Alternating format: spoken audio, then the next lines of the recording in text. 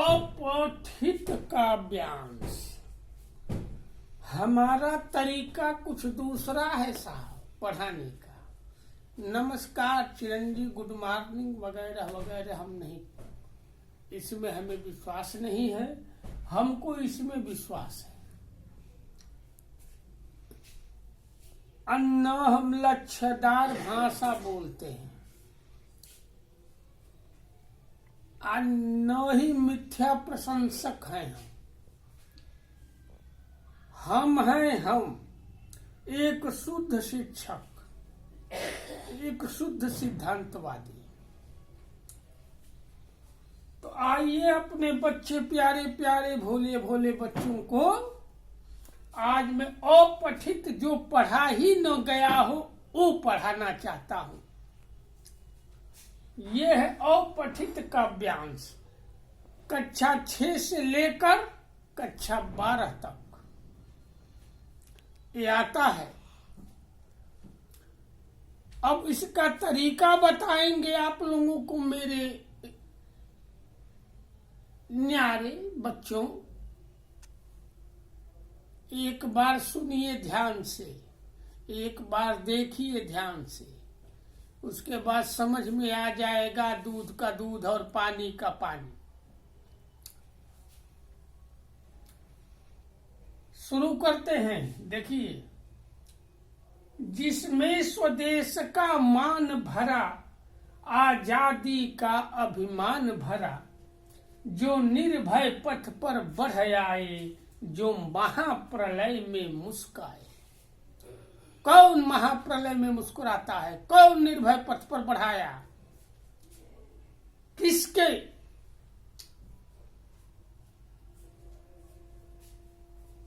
किसमें स्वदेश का मान भरा है, अपने देश का, और आजादी का अभिमान,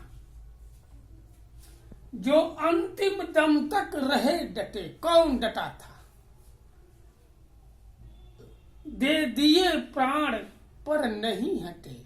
उन्होंने प्राण न्यौछावर कर दिया लेकिन पीछे नहीं हटे। उन्हें भी नौकरी मिल सकती थी, वो भी पैसा कमा सकते थे, लेकिन वो सपूत थे, कपूत नहीं थे। वो देश के सपूत थे।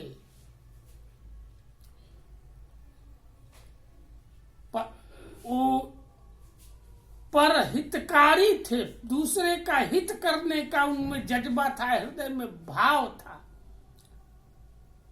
बैंक बैलेंस भरने का भाव नहीं था। सारी दुनिया को लूट लीजिए और खुद अपना मुस्कुराइए, उसके लिए नहीं वो मुस्कुरा रहे। वो मुस्कुरा रहे हैं बड़े से बड़े संकटों में, आजादी के लिए फांसी पर चढ़े हो, काला पानी तक झेले। क्या जानते थे कि वही राष्ट्र है जो आकर एक दिन धूल धूसरित कर देगा? ऐसे हमारे पीछे वाली पीढ़ियां आ रही हैं जिनका नाम लेने से भी लोग घृणा करेंगे। अपने लिए जीने वाले तो पशु भी होते हैं। पैसा कमाने का उद्देश्य है बना लिए हैं। जो देश राष्ट्र की बेदी पर देकर मस्तक हो गए अमर हो गए। यहाँ कितने जो प्रतिदिन मरते हैं उनका कोई नाम नहीं लेता है, आना उनको कोई अपना आदर्श बनाता है। पैसा और व्यापारी बहुत बड़े बड़े हैं, बहुत बड़े धनाढ्य लोग हैं, धन पशु कहते हैं। उनकी पूजा नहीं होती, उनको कोई अपना आदर्श नहीं बनाता। जिसने समाज को दिया, जिसने समाज के लिए अपना सर्वस्व निछावर कर दिया, जिसने प्राणों की आहुति तक देती, वही है, वही पूजनीय है। जो परहित के लिए, जो परमार्थ के लिए अपना स्वार्थ की आहुति दे दिया, वो पूजनीय है। पूजनीय वो नहीं है जिसने आपको बरगला कर गलत रास्ता दिखाकर और अपना काम निकाल लिया, वो पूजनीय नहीं हो सकता। भगत सिंह को क्या जरूरत थी फांसी पर चढ़ने की? सुखदेव राजगुरु सुभाष चंद्र बोस को क्या जरूरत थी? क्या जरूरत थी काकोरी कांड करने की? अशफाक उल्ला राम प्रसाद बिस्मिल, मनमथनाथ गुप्त और चंद्रशेखर आजाद को क्यों किए? अपने लिए किए, अपने देश के लिए किए। देश के लिए जीना सीखिए, ईमानदारी से कर्तव्यनिष्ठ हो जाए, सिद्धांतवादी बनिए। ये रक्त तिलक भारत ललाट उनको मेरा पहला प्रणाम। मेरा भी है और कवि ने भी किया है। गद गद हृदय हो जाता है उन वीरों का नाम सुनने से।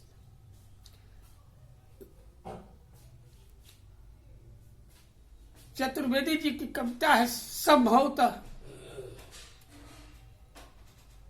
मुझे तोड़ ले नापन माली, उस पथ पर तुम देना फेंक, मातृभूमि पर शीश चढ़ाने जिस पथ पर जावे बीरा ने। ये नहीं लिखे हैं कि उस पथ पर तुम देना फेंक, अपने स्वार्थ के लिए व्यापारी जिस पथ जावे, ये तो नहीं लिखे हैं। चौहान ने लिखा है कि बुंदेले हर बोलों के मुंह हमने सुनी कहानी थी। ये तो नहीं लिखे हैं किसी, उस समय पूंजीपति नहीं थे। प्रसाद जी ने लिखा है कि हिमाद्य तुंग सिंह से प्रबुद्ध शुद्ध भारती, स्वयं प्रभा समुज्ज्वला स्वतंत्रता पुकारती। किसको कहे? उनको कहे हैं जो देश के लिए मर मिटना जानते थे। अगाध प्रेम था इस मिट्टी से। आओ बच्चों तुम्हें दिखाएं झांकी हिंदुस्तान की। कौन दिखा रहा है झांकी हिंदुस्तान की? ऐसी मिट्टी से तिलक करो, ये धरती है बलिदान की। यहाँ तो क्रीम पाउडर तमाम तरह सौंदर्य प्रसाधनों से तिलक किया जा रहा है। मिट्टी से कोई तिलक कर रहा है? देखिए पहला प्रश्न, कवि किसको प्रणाम करता है? पहला प्रश्न, उत्तर आपको देना है। कवि ने भारत के माथे पर लाल चंदन किसे कहा है? तीसरा, कवि ने अमर क्यों कहा है? कवि का पहला प्रणाम किसे है? और कवि के हृदय में किसके प्रति प्रेम उमड़ा है? क्या करेंगे? कवि किसको प्रणाम करता है? किसको प्रणाम करता है कवि?